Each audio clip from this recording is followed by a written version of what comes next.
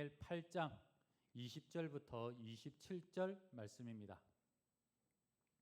다니엘 8장 20절부터 27절 말씀, 우리 한 절씩 교독하도록 하겠습니다. 내가 본 바 두 뿔 가진 순양은 곧 메대와 바사 왕들이요, 털이 많은 습념소는 곧 헬라 왕이요, 그의 두 눈 사이에 있는 큰 뿔은 곧 그 첫째 왕이요. 이 뿔이 꺾이고 그 대신에 네 뿔이 났은즉 그 나라 가운데에서 내 나라가 일어나되 그의 권세만 못하리라. 이 네 나라 마지막 때에 반역자들이 가득할 즈음에 한 왕이 일어나리니 그 얼굴은 뻔뻔하며 속임수에 능하며 그 권세가 강할 것이나 자기의 힘으로 말미암은 것이 아니며 그가 장차 놀랍게 파괴 행위를 하고 자의로 행하여 형통하며 강한 자들과 거룩한 백성을 멸하리라. 그가 꾀를 베풀어 제 손으로 속임수를 행하고 마음에 스스로 큰 체하며 또 평화로운 때에 많은 무리를 멸하며 또 스스로 서서 만왕의 왕을 대적할 것이나 그가 사람의 손으로 말미암지 아니하고 깨지리라. 이미 말한 바 주야에 대한 환상은 확실하니 너는 그 환상을 간직하라. 이는 여러 날 후의 일임이라 하더라. 이에 나 다니엘이 지쳐서 여러 날 앓다가 일어나서 왕의 일을 보았느니라. 내가 그 환상으로 말미암아 놀랐고 그 뜻을 깨닫는 사람도 없었느니라. 아멘. 할렐루야. 네, 명절 잘 보내고 있습니까? 네, 반갑습니다. 우리 옆 사람 우리 또 축복할까요? 인사 좀 바꾸겠습니다. 새해 복 많이 받으세요. 네, 새해 복 많이 받으시고 온라인으로 드리는 분들도 새해 복 많이 받으시기를 바랍니다. 네, 우리는 명절 설이 1년이 2번이에요.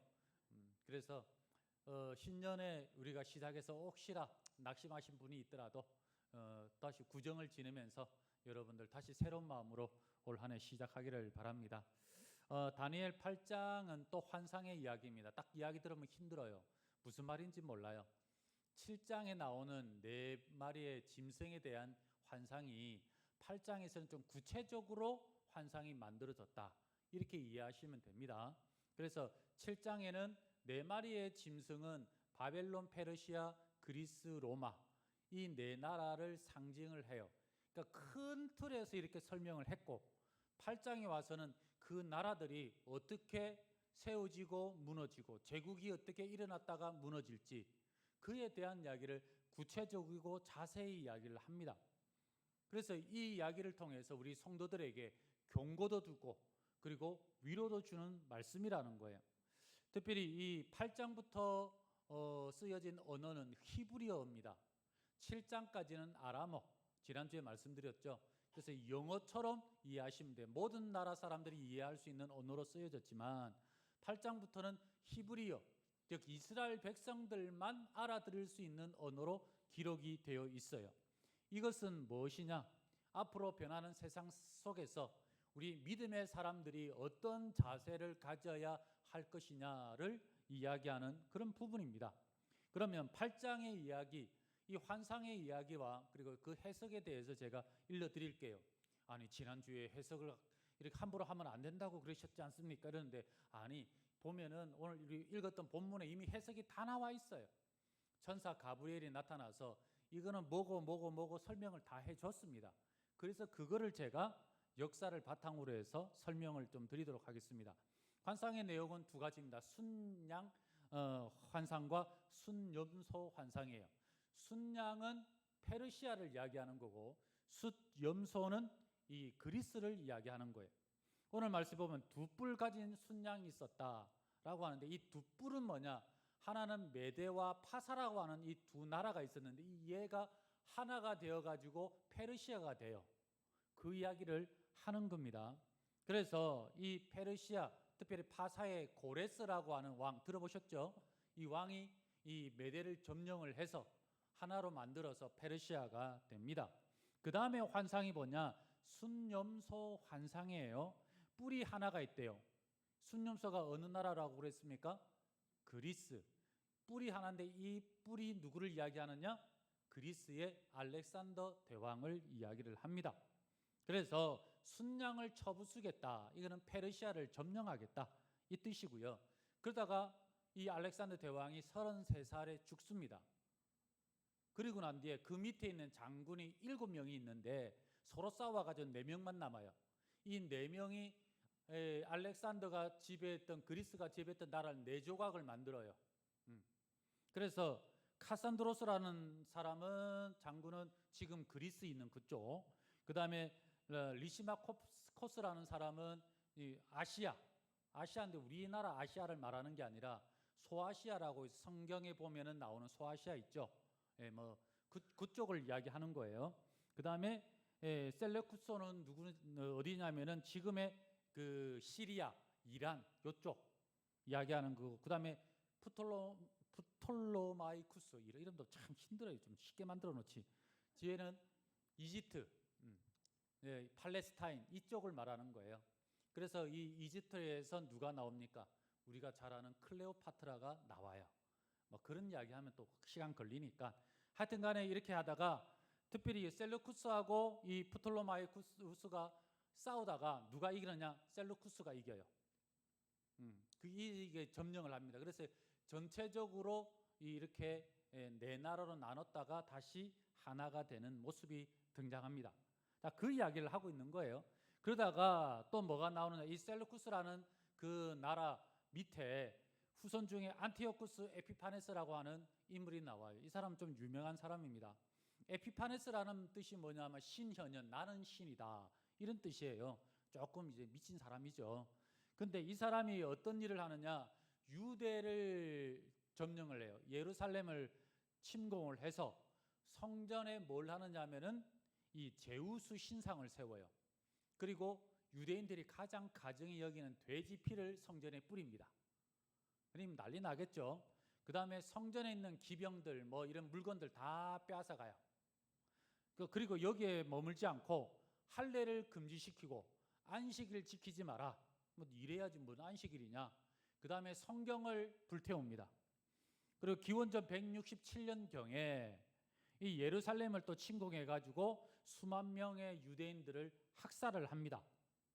그 말씀이 23절에 보면 이런 말이 있어요. 그 얼굴은 뻔뻔하며 속임수에 능하며 뭐 이렇게 표현을 해요. 이 사람을 말하는 거예요. 이 사람. 그리고 이들이 지배한 날짜는 2300주야로 될 거다.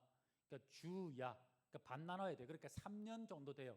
실제적으로 안티오쿠스가 이 마카비 혁명 동안 이 3년 동안 이 예루살렘 이렇게 짓밟아놨어요. 이것 때문에 이 대제사장 가문의 마카비 형제가 혁명을 이룹니다. 그래가지고 유대가 한 100년 정도 독립을 해요. 이게 마카비 왕조, 하스몬 왕조 이렇게 부르게 됩니다. 그 이야기가 요한복음 10장 22절에 보면 독립한 날을 기념해서 수전절이다. 하누카라고 그래요. 이스라엘 사람들은 지금도 지켜요. 그래서 수전절을 지켜요. 그래서 그 요한복음 10장에 보면은 수전절이 이름에 겨울이었더라. 뭐 이런 말씀이 나와요. 근데 그게 이제 다 성경에 나오는 그런 시대적 이야기입니다. 그래서 이 이스라엘 역사 보면은 말라기가 제일 마지막에 쓰여지고 그 다음에 신약 성경, 예수님 시대, 마가복음이 제일 먼저 쓰여지는 요 사이 약 한 500여 년 가까이를 중간기다, 암흑기다 이렇게 표현해요. 여기 성경에 기록이 없어요. 그런데 유일한 기록이 뭐냐? 이 다니엘의 지금 이 말씀에 등장하는 이야기입니다. 이해되시지요? 표정들이 목사님 너무 어려워요. 그런 표정이에요. 뭐 그렇다고 이해하시면 돼요. 이해하시면 돼요. 그냥 그래서 나라가 어떻게 바뀌느냐? 바벨론, 그 다음에 페르시아, 그리고 그리스, 그리고 오늘 말씀이 아까 혁명을 이랬다고 마카비 왕조, 하스몬 왕조, 그 다음에 로마 이런 식으로 해서 나라가 흥망성쇠를 겪게 될 것이다. 이렇게 이야기하는 겁니다. 우리가 이걸 딱 보면 아니 로마가 2000년 전의 이야기인데 지금 우리하고 무슨 상관이 있습니까? 이런 생각을 합니까 안 합니까? 하게 돼요. 아니 뭐 지금 다 옛날 지난 이야기인데 지금 물론 봐와닿아서 우리가 배워서 교훈을 얻을 수 있지만 무슨 상관이 있냐라고 할 수 있지만 아니에요. 굉장한 중요한 이야기가 여기 포함이 되어 있습니다. 그게 뭐냐? 첫 번째, 하나님께서 이렇게 나라의 제국을 세우시기도 하고 폐하시기도 하고, 왕을 세우기도 하고 폐하기도 하고, 이 모든 과정을 통해서 말세 때에도 하나님께서 모든 나라를 이렇게 세웠다 폐했다, 이렇게 역사를 주관해 가신다라는 것을 우리에게 보여주죠. 그 다음에 또한 말세를 살아가는 우리 성도들에게 마지막 때에도 보면은 성도들을 이렇게 박해와 유혹으로 넘어뜨리려고 하고 있다라는 겁니다. 그리고 여기 보면은 2300주야를 머물 거다. 이거는 뭐냐? 사단이 지배하는 기간이에요. 3년 정도. 3년 정도인데, 사단이 항상 보면은 얼마 동안 이렇게 지배하다가 마지막에 하나님이 최후 승리를 우리에게 주신다라는 거예요. 그래서 역사를 보면 지금 이 바벨론부터 로마까지 했던 이런 역사들이 마지막 때 지금도 똑같이 이루어지게 될 거다. 이 패턴들이 요한계시록에 가면 똑같이 나와요. 똑같이 나옵니다. 그래서 이거를 모르면은 이거 도대체 어떻게 돌아가는지 이게 알지를 못하는 거예요. 성경 전체의 예언서의 구조가 요가 똑같아요. 하나님께서 이렇게 만들어 놓으셨어요. 그럼 우리가 이 시대를 어떻게 살아가게 될 거냐? 그에 대한 눈이 열리게 되겠죠. 예레미야 선지자도 보면은 자기가 멸망하기 전에 70년 동안 포로로 끌려갔다가 돌아올 거다 이야기 들어요. 자기하고 상관이 있어요, 없어요? 없어요. 나는 죽고 없을 텐데 무슨 70년 후가 뭐가 되든 무슨 상관이 있냐? 그럴 수도 있지만 성경은 일러준다는 거예요. 말씀하고 있는 거예요. 뿐만 아니라 창세기부터 해서 예수님이 태어나실 때까지 약 한 1500년 정도의 성경에 기록이 돼 있어요. 아니 그때하고 지금 무슨 상관이 있다고 이렇게 왜 기록하고 있냐? 다 우리에게 일러주기 위해서 기록하고 있는 거예요. 그래서 우리가 이 예언의 말씀을 남의 이야기가 아니라 이걸 통해서 삶의 지혜를 깨달아야 됩니다. 인류 역사는 이렇게 굴러가고 하나님께서 하시는구나. 그러면 우리는 어떻게 해야 될 거냐를 깨달아라는 거예요. 첫 번째 우리가 알아야 될 게 뭐냐? 하나님의 이 예언의 말씀, 성경 말씀을 어떻게 하라고요? 마음에 품고 있으라는 겁니다. 26절 말씀을 우리 다 같이 읽겠습니다. 시작. 이미 말한 바 너는 그 환상을 간직하라. 이는 여러 날 후의 일임이라 하더라. 여러 날 후의 일이지만은 이 환상을 어떻게 하라는 겁니까? 간직해라. 마음에 품고 있어라 라고 이야기를 하고 있는 거예요. 사람은 무엇이든지 마음에 품고 있는 대로 이루어지게 되어 있습니다. 지금은 아닌 것 같지만은 제 어렸을 때 보면은 어르신들이 그래요. 너는 커서 뭐가 될래? 이렇게 많이 물어봐요. 그런 어떤 친구는 저는요 장군이 될 거예요. 저는요 어떤 애들은 대통령이 될 거예요. 여자들 같은 경우는 선생님이 될 거예요. 이렇게 이야기하든지 하는 거예요. 내 마음 속에 품고 있으면 그 품는 대로 돼요. 나는 부자가 될 거야. 그런 사람들은 앉으나서나 무슨 생각하겠어요? 돈밖에 생각하는. 어떻게 하면 돈 벌지? 이 돈이 어떤 거지? 공부를 어떻게 해야 되지? 이 돈에 대한 생각만 하겠죠. 마찬가지입니다. 나는 선생님이 될 거야. 나는 음악가가 될 거야. 저희 막내가 음악을 하지 않습니까? 얘는 참 우리 같으면은 가요 듣고 이럴 텐데 얘는 밤늦게 와가지고 가요는 잘 몰라요. 그냥 날마다 클래식만 들어요. 밤에 잠들기 전까지 클래식 들어요. 그게 좋은가 봐요. 그 마음에 내가 품고 또 소망한 것들이 그대로 이루어지는 겁니다. 그리스도인들은 어떤 사람들이냐? 돈을 품고 다른 거 품을 수도 있겠지만 하나님의 말씀을 품는 사람이 그리스도인들이에요. 교회가 뭐 하는 곳입니까? 말씀을 품는 곳입니다. 교회는 말씀을 연구하는 곳이고 교회는 말씀에 순종하는 곳이에요. 그래서 우리가 말씀대로 이 시대를 살아갈 때에 말씀을 통해서만 이 시대를 관통하는 지혜를 얻을 수가 있는 겁니다. 그게 없으면 세상이 도대체 어떻게 돌아가는지 이해를 못해요. 큰 틀에서 보면은 지금 오늘 이 환상하고 똑같이 제국이 셋 다 무너졌다는 거 똑같이 큰 틀에서 보면 똑같이 그렇게 됩니다. 그걸 통해서 우리는 하나님의 계획하심과 의도를 깨닫게 되는 거죠. 그래서 여러분들 지금 무엇을 품고 있느냐를 봐야 돼요. 구약 성경에 보면 갈렙이 이렇게 이야기를 합니다. 이 산지를 내게 주소서. 그날에 내게 말씀하지 않았습니까? 그럼 그날이 언제예요? 어제 이야기가 아니라 40년 전에 갈렙이 가데스 바네아에서 정탐꾼을 갔다 왔을 때 모세가 약속한 거예요. 네가 밟는 땅, 네가 보고 온 그 땅 내가 약속으로 너에게 주리라. 그리고 그 말씀을 40년을 품었습니다. 40년을 품었기 때문에 이제 나이가 늙어서 80이 넘었지만은 그러나 여호수아에게 그날에 약속한 내 땅을 주십시오. 그리고 올라가서 차지하잖아요. 내 마음에 품고 있으면, 말씀을 품으면 말씀이 이루어질 것이고, 돈을 품으면 돈을 이루어질 것이고, 다른 꿈을 품으면 꿈이 이루어질 거예요. 그러나 저는 여러분들이 말씀을 품고 살아가시기를 바랍니다. 그렇지 아니하면은 여러분들 인생이 마지막이 무너질 때, 세상이 무너질 때 그들과 함께 무너질 수가 있다는 거예요. 그럼 우리가 품어야 될 게 뭐냐라는 거죠. 예수님께서 이 땅에 오신 목적을 보면은 자기 백성을 구원하시기 위하여 이 땅에 오셨습니다. 믿으시죠? 그런데 이거를 이제 우리가 이렇게만 아는데 신학적으로 보면은 큰 틀에서 보면은 하나님의 나라가 임하기 위하여 이 땅에 오신 거예요. 여러분들 주기도문에 보면은 뭐라고 기도합니까? 나라가 임하옵시며 이렇게 기도하죠. 그 나라가 뭐예요? 우리가 뭐 죽어서 가는 저 천국 그거를 이야기하는 게 아니라 뭐 그것도 포함이 돼요. 그러나 이 땅에도 하나님의 나라가 임하기를 기도하는 거예요. 죽어서 갈 것 같으면 그렇게 기도할 필요가 있겠습니까? 그리고 그 다음에 나오는 게 뜻이 하늘에서 이루어진 것 같이 어디에서요?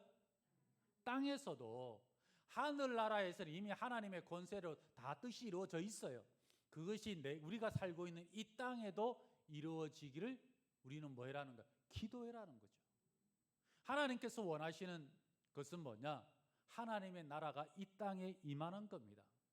그런데 오늘 말씀에 나온 바벨론부터 해서 로마까지 뭐예요? 전부 다 제국이지 않습니까? 제국이 이루어지고 있었다는 거예요. 우리들 마음속에는 누구든지 제국을 이루고 싶은 마음이 있어요. 여러분들 우리나라 같이 작은 나라가 미국같이 강대국이 되고 싶은 마음이 있어요? 없어요? 솔직히 있어요? 없어요? 아닌 척 하지 마세요. 다 있어요.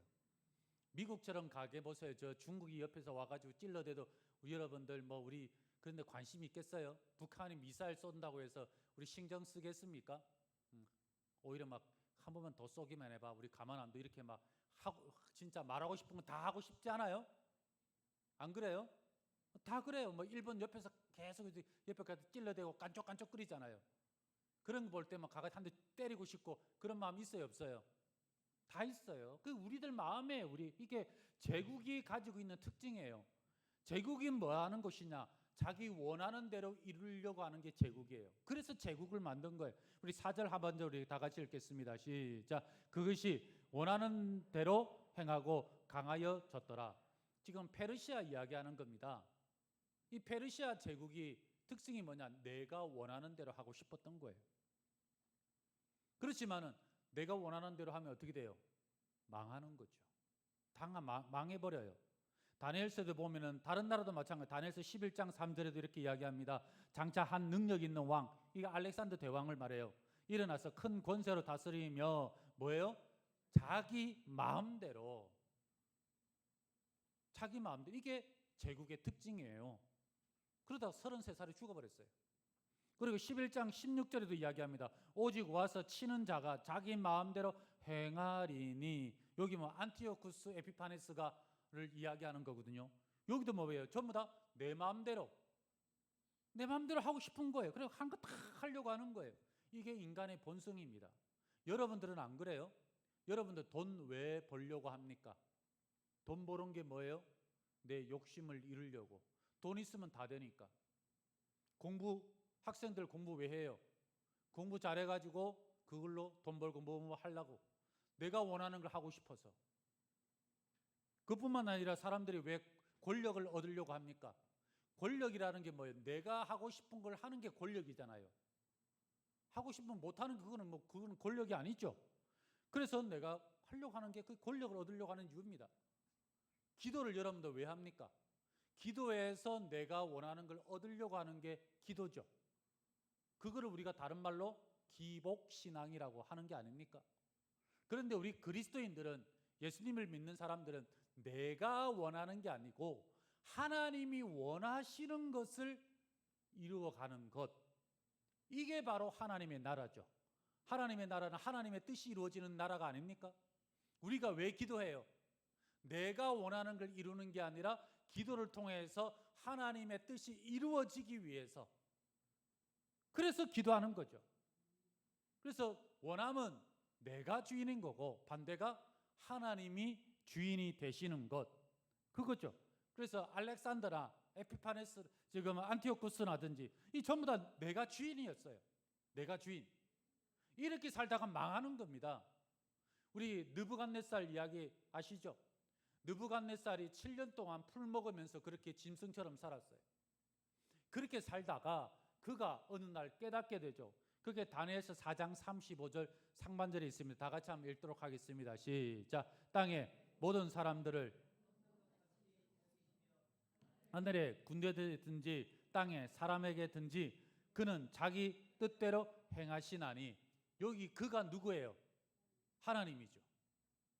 7년을 풀 먹고 난 뒤에 깨달았어요. 아, 하나님께서 하나님의 뜻으로 모든 것을 행하시는 분이시구나. 이게 하나님의 행하시는 걸 그때서 깨달았어요.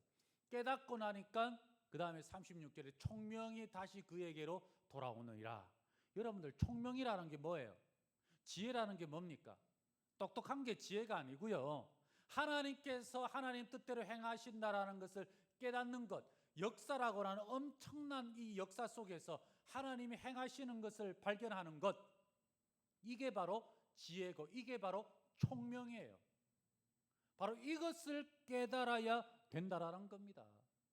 그래서 어디든지 내 뜻대로 하면 망합니다. 교회도 뭐예요? 교회도 담임 목사 뜻대로 하면 되겠습니까? 아니죠. 특정인이 뜻대로 하면 안 되는 거예요. 가정도 부모 마음대로 가정이 돼요? 자녀들이 부모 마음대로 됩니까? 안 돼요. 사업도 마찬가지예요. 사장 마음대로 하면은 그 회사 망합니다. 그런 것처럼 어디든지 내 마음대로 하면 안 돼요. 내 마음대로 하면 내 인생 가운데 엄청난 결과를 얻게 됩니다. 참 요즘 현대인들이 많은 질병으로 사는데 제가 볼 땐 제일 무서운 질병이 뭐냐, 물론 암이 제일 무섭죠. 그 다음 무서운 게 뭐냐면 당뇨인 것 같아요. 뭐 고혈압, 뭐 고지혈증, 이건 아무것도 아니에요. 거기에 비하면. 당뇨가 왜 생깁니까? 물론 고질적인 그런 이제 유전적인 것들도 있지만 내가 먹고 싶은 거 다 먹다 보면 그렇게 생기는 거 아니에요? 우리나라 당뇨나 당뇨 전 단계 환자가 2천만 명이 넘는답니다. 제가 한 차를 한 5, 6kg를 뺐어요. 왜 뺐냐? 제가 당뇨 전 단계래요. 그래가 제가 뺐어요. 뭐 지금은 이제 정상으로 돌아오긴 했습니다만은 내가 하고 싶은 건 다 한 결과가 그거예요. 우리 인생을 그렇게 살면 안 된다라는 거예요. 사사기가 가장 어두운 시대라고 성경은 이야기하는데 사사기를 관통하는 한 말씀이 뭡니까? 그때에 왕이 없으므로 어떻게 해요? 자기 소견에 옳은 대로 행하였더라. 그러니까 내 마음대로 살았던 거예요. 그러니까 제일 어두운 시대가 된 거예요. 하지만은 하나님께서 그 어둠 속에서도, 미국에 보면은 청교도라고 그러죠. 메이플라워를 타고 영국에서 건너왔어요. 이들이 건너온 이유는 딱 한 가지입니다.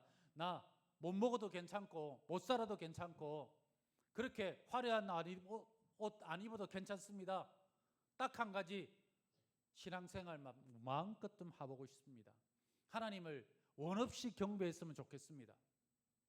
그리고 그들이 넘어왔어요. 그리고 넘어와서 그들이 했던 한마디가 뭐냐, 주로 입에 달고 다녔던 말이 뭐냐면 데오 볼렌테. 다시 한번 따라해 볼까요? 데오 볼렌테. 데오 볼렌테. 이 라틴어예요. 이게 뭐냐? 주님이 원하시는 대로, 주님의 뜻대로, 이 뜻입니다. 그러니까 자신의 삶이 어떻든 환경이 어떻든 간에 내 삶 속에서 주님의 뜻이 이루어지기를 원합니다. 주의 뜻이 이루어지기를 원합니다. 이걸 그냥 입에 달고 살았다는 거예요.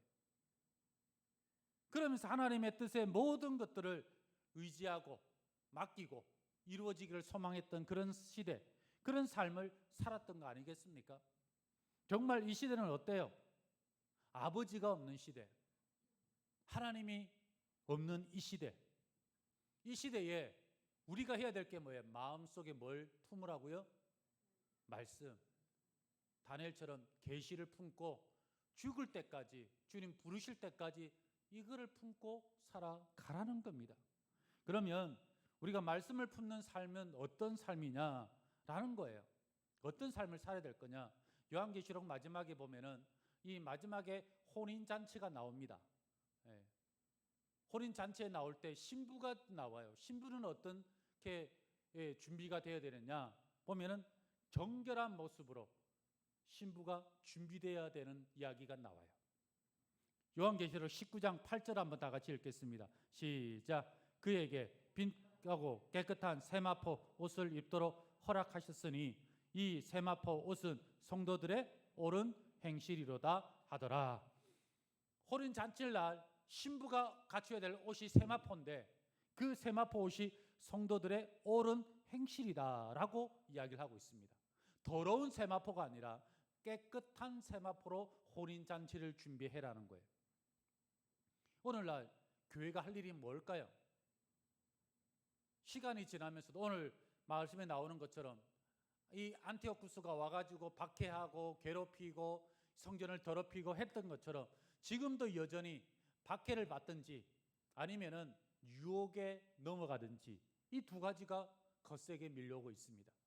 우리나라는 박해보다는 뭘까요? 세상 유혹으로 우리가 엄청나게 많이 빠져요. 지금도 얼마나 우리를 유혹하는지 모릅니다. 우리 간단히 옆에 있는 신림역 가보세요. 가보면요 이상한 데가 많아요. 이상한 데가. 여러분이 상상하는 그런 이상한 데가 많아요. 그런 데를 가는 거예요. 그런 것들이 얼마나 많은지 모릅니다. 그리고 인터넷이나 TV나 이런 데 보면은 말할 수 없는 그런 유혹들이 엄청 많아요. 이런 시대에 우리가 어떻게 해야 되고요? 깨끗하게 신앙을 유지하고 있어야 된다는 거예요. 그래서 성경은 우리에게 뭘 이야기를 하고 있느냐? 회개를 이야기합니다. 이 예레미야가 멸망하는 이 나라를 향하여서 뭘 외치느냐? 예레미야 4장 4절 한번 다 같이 읽겠습니다. 시작. 유다인과 예루살렘 주민들아 너희는 스스로 할례를 행하여 너희 마음 가죽을 베고 나 여호와께 속하라. 그리하지 아니하면 너희 악행을 말미암아 나의 분노가 불같이 일어나 사르리니 그것을 끌 자가 없으리라. 나라가 멸망하는 그때에 예레미야가 선포하는 거 회개라는 거예요. 회개해야 살 수 있다. 안 그러면 맹렬히 타는 불이 너희들을 살을 것이다. 다니엘도 마찬가지예요. 다니엘 9장에도 보면은 9장 3절에 이렇게 이야기하면 금식하고 베옷을 입고 죄를 뒤집어 쓰고 이게 뭐예요? 회개라는 거예요. 우리가 이 말세에 사는 이 시대에 성도들이 해야 될 일이 뭐냐? 거룩한 신부의 모습이 뭐냐? 회개의 모습이 있어야 될 줄 믿습니다. 죄악을 털어버리고 악에서부터 털어버리고 세상에 보면 더러운 것을 벗어버리고 의의 옷, 아름다운 신부의 옷, 세마포 옷을 입고 혼인잔치에 나가야 될 줄 믿습니다. 그 다음에 해야 될 게 뭐냐? 하나님 말씀 선포해라는 거예요. 예레미야도 나라가 멸망하니까 나라 이제 곧 멸망하나 군대 일으켜가지고 나라 막아야지 그런 거 아니에요. 그런 거 하는 거 아닙니다. 뭘 해라는 거예요? 하나님 말씀 선포해라는 거예요. 너희들에게 멸망이 임박했습니다. 이래서 살면은 망합니다. 돌에 맞아가지고 피를 흘리고 감옥에 들어가가지고 그런다 할지라도 그들에게 말씀 전파하는 거예요. 여러분들 이제 지금 명절이잖아요. 가족들 만나잖아요. 여러분들 가족들 만나가도 뭔 이야기 하시겠어요? 이런저런 이야기 하시겠죠. 그러나 그때 여러분 잊지 말아야 될 게 가족들에게 하나님 말씀 전해야 되지 않겠습니까? 이대로 가면은 지옥 갑니다. 이대로 살면 망합니다. 우리 예수님 믿고 다시 믿음으로 나와야 됩니다. 자녀들에게도 강력하게 이야기하고 신앙생활하도록 이야기하고 그러면요 가족들 중에 조롱해요. 친척들 중에 조롱해요. 그렇다 할지라도 저희 친척들도 보면은 제가 목사지만은 저를 조롱해요. 안 믿는 사람들은. 그래도 우상하게 절하지 말고 복음 전하고 우리가 살 길은 이것밖에 없습니다. 해야 되지 않겠습니까? 예레미야가 전했던 것처럼, 다니엘이 그렇게 했던 것처럼 우리도 이 시대에 해야 되는 거예요. 그뿐만 아니라 우리가 해야 될 게 뭐냐면은 하나님 말씀 순종해야 돼요. 참 우리가 정말 하나님 말씀 잘 안 지키는 것 같아요.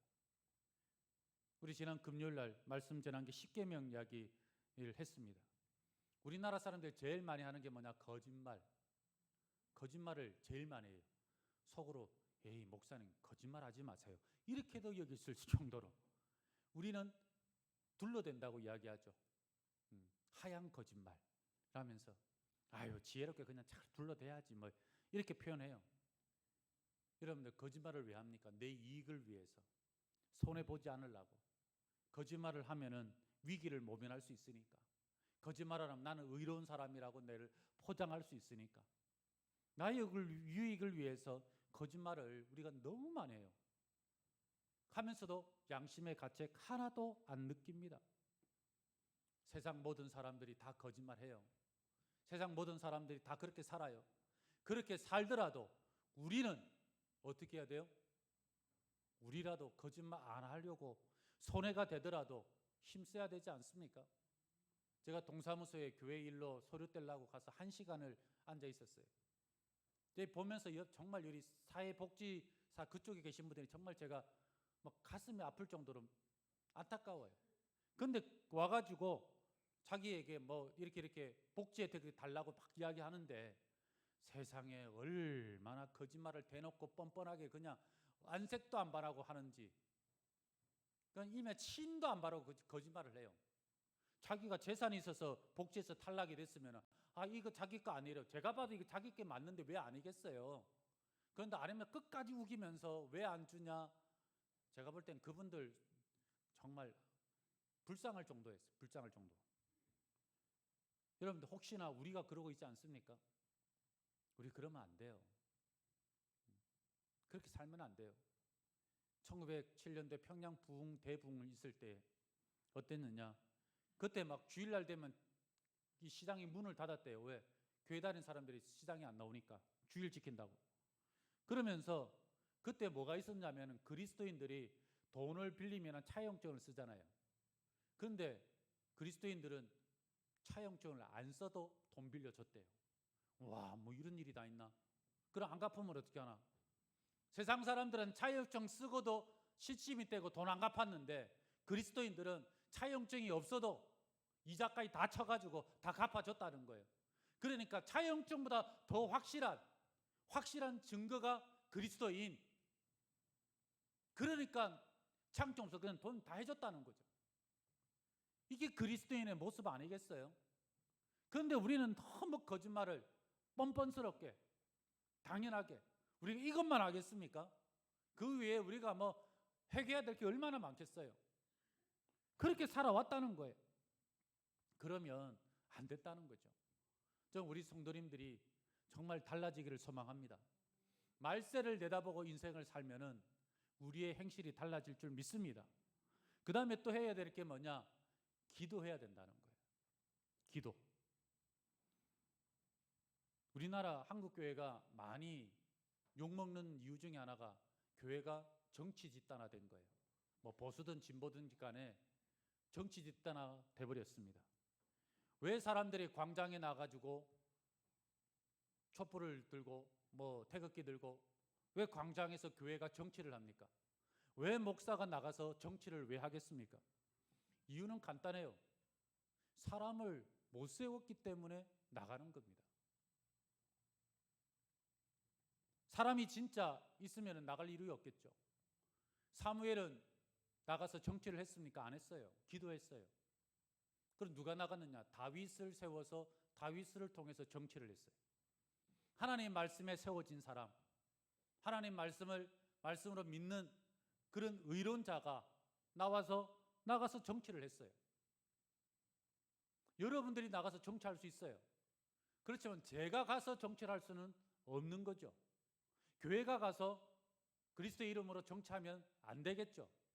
그렇지만 여러분들이 하나님의 사람이 되어서 여러분이 있는 현장에 나가서 거기에서 뭘 합니까? 정치도 하시고 그 다음에 사업도 하시고 출근하셔가지고 직장에서 일도 하시고 그렇게 하는 게 바른 모습 아니겠습니까? 그런데 안 되니까 사람이 없으니까 그 뛰쳐나가는 거예요. 자기 신념에 맞춰가지고. 그렇게 하는 게 아니라는 거예요. 그럼 어떻게? 사무엘은 어떻게 합니까? 기도하죠. 나라가 이 민족을 위해서 기도시는 죄를 범하지 않겠다. 예레미야도 기도하죠. 다니엘도 기도하는 거예요. 나라가 멸망하는 이 모습 보라면서도 기도하는 거예요. 예레미야가 기도했기 때문에 70년 후에 다니엘이 하나님 말씀을 깨닫고 기도하지 않습니까? 기도할 때에 하나님께서 일하시는 거예요. 기도할 때에 믿음의 사람을 통해서 일하시는 거예요. 여러분들 명절을 앞두고 명절 연휴 기간 동안에 여러분들 가정을 위해서 얼마나 기도하십니까? 솔직히 기도한다 하면서 죽을 힘을 다해서 돈은 벌어오지만은 여러분들 솔직히 우리 가정을 위해서 얼마나 기도해요? 나라와 민족을 위해서 얼마나 기도해요? 우리 솔직히 별로 안 하거든요. 여러분의 가정의 건강 상태나 삶의 상태도 중요하지만 영적인 상태를 살펴보시기를 바랍니다. 하나님께서 역사를 주관하신 분이라면 교회도 주관하시고 우리 가정도 주관하실 줄 믿습니다. 내 힘으로 될까요? 될까요? 환상을 본 사람은, 하나님 말씀을 품고 있는 사람은 기도해요. 내 힘으로 안 되는 걸 아니까. 하나님의 은혜가 필요합니다. 하나님의 긍휼하심이 필요합니다. 우리 자녀들 어떻게 해야 되겠습니까? 그래서 기도가 당연히 나갈 수밖에 없는 거죠. 끝을 바라본 사람은 지금의 모습이 달라요. 한 목사님이 그래요. 자기 교회에 한 성도님이 계신데 암 선고를 받았대요. 병원에 갔더니 3개월 남았답니다. 3개월. 그 이야기를 듣고 이분이 어떻게 했냐면은 하나님 앞에 나와서 지금까지 삶을 돌아보고 회개하고 사람들 쭉 만나면서 용서할 거 있으면 용서 구하고 돈 빌린 거 있으면 돈 갚고 도움 받은 거 있으면 가가지고 선물 사들고 봉투 들고 가가지고 이래 고맙고 감사합니다 라고 보이는 또 가서 또 선물도 주고 그렇게 3개월 살았대요. 그런데 3개월 됐는데 내가 안 죽고 살아있으니까 신기해가지고 어떻게 했냐, 병원 갔대요. 병원 가서 봤더니 그 암이 사라졌답니다. 너무 신기하죠. 그래서 그래요. 나 이제부터 어떻게 살아야 됩니까? 그런데 깨닫는 게 내가 지금 3개월 동안 내가 살았던 모습대로 내가 남은 인생을 살면 어떨까? 그리고 그렇게 살고 계시대요. 그런 식으로. 우리가 말씀을 품고 끝을 볼 줄 아는 눈이 열린 사람, 지혜로운 사람, 총명한 사람은 지금 내가 어떤 인생을 살지를 보게 될 줄 믿습니다. 여러분들 가운데 돈을 품고 계신 분들은 돈 많이 버실 거예요. 그러나 마지막이 어떨까요? 세상에 또 다른 욕심을 품든지 다른 걸 품고 있으면은 마지막은 그리 좋아 보이지는 않을 겁니다. 그렇지만은 내 마음에 말씀을 품고 비전을 품고 소망을 품고 끝을 바라보고 그리고 나가면은 분명히 여러분 품은 대로 열매 맺게 될 줄 믿습니다. 갈렙처럼 아니면 예레미야나 다니엘처럼 말씀을 품으시고 환상을 여러분 마음에 간직하시고 끝까지 주님 부르실 때까지 여러분이 소명을 감당하며 오늘 하루하루 열심히 살아가시는 우리 모든 성도님들 되시기를 그리스도의 이름으로 축원합니다. 축원합니다. 네, 우리 자리에 나서 일어나셔서 우리 찬양 부르시고 합심해서 한번 기도하겠습니다. 모든 이름 위에 뛰어난 이름.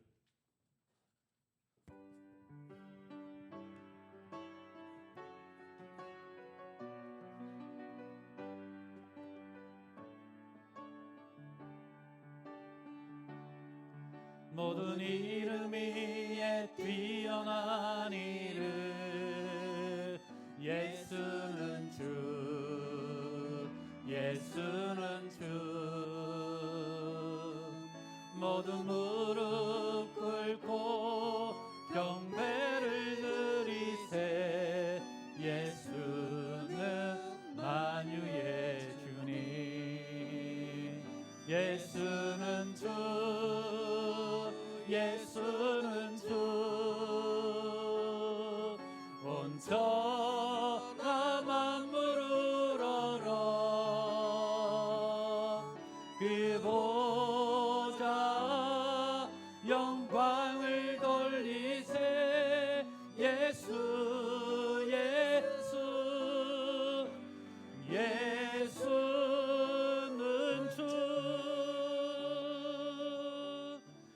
시간에 기도할 때에 다니엘이 환상을 간직했던 것처럼 우리 주님 부르실 때까지 하나님 말씀을 간직하기를 원합니다. 이 땅 가운데 이 말세를 살아가면서 세상의 유혹과 환난을 이기게 하여 주시옵시고, 지금 오늘 이 순간도 하나님 말씀을 품고 기도하며 하나님 말씀을 전하며 살아가게 도와주시옵소서. 특별히 우리 명절 맞이해서 사랑하는 가족들, 친척들 복음 전하기를 원합니다. 이대로 살면 죽음을 그들에게 알리게 하여 주시옵시고, 그래서 하나님 주님께 나올 수 있도록 구원의 은총을 허락하여 주시옵소서. 우리 합심해서 함께 기도하겠습니다. 살아계신 하나님 도와주시옵소서.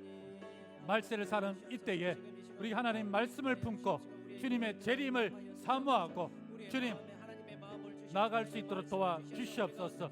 하나님 우리의 연약함을 아시는 주님께서 돌봐주시고 이 어려움 속에서도 하나님 주의 말씀을 증가하며 하나님 말씀을 품고 하나님 담대히 살아가게 하여 주시옵시고, 기도하고 회개하고 하나님 다음 세대를 키워가며 우리가 해야 될 이 사명을 오늘 이 순간도 오늘 하루도 이 명절 기간에도 감당하며 살아갈 수 있게 주여 하나님 도와주시고 붙들어 주시옵소서.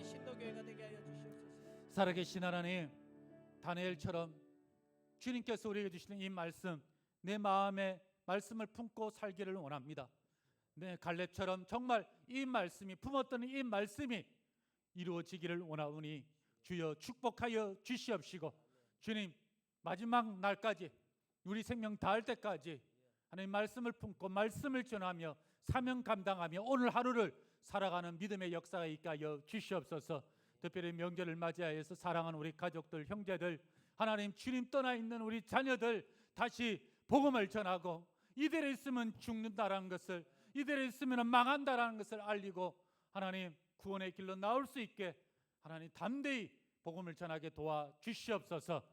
지금은 우리 주 예수 그리스도의 은혜와 우리 하나님의 크신 사랑하심과 성령님의 교통하심이 진정으로 말씀을 가슴에 품고 마지막 이 시대를 살아가며 주의 복음을 전하기를 원하는 사랑하는 우리 모든 성도님들 머리 위에, 가정과 자녀와 그리고 우리 교회 위에 지금부터 영원토록 함께 있을지어다.